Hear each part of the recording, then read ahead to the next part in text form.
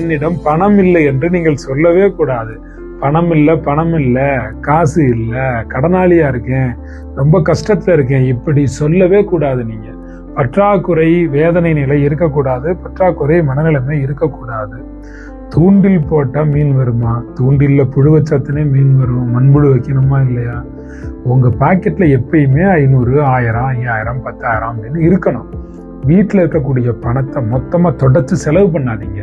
பேங்க்ல பணம் இருக்கா? எல்லாத்தையும் எடுத்துட்டு ஜீரோ பேலன்ஸ்ல எல்லாம் வைக்காதீங்க. கொஞ்சம் பணத்தை வச்சுக்கங்க. பணம் தான் பணத்தை ஈர்க்கும். பணத்துக்கு ஈர்ப்பு சக்தி உண்டு.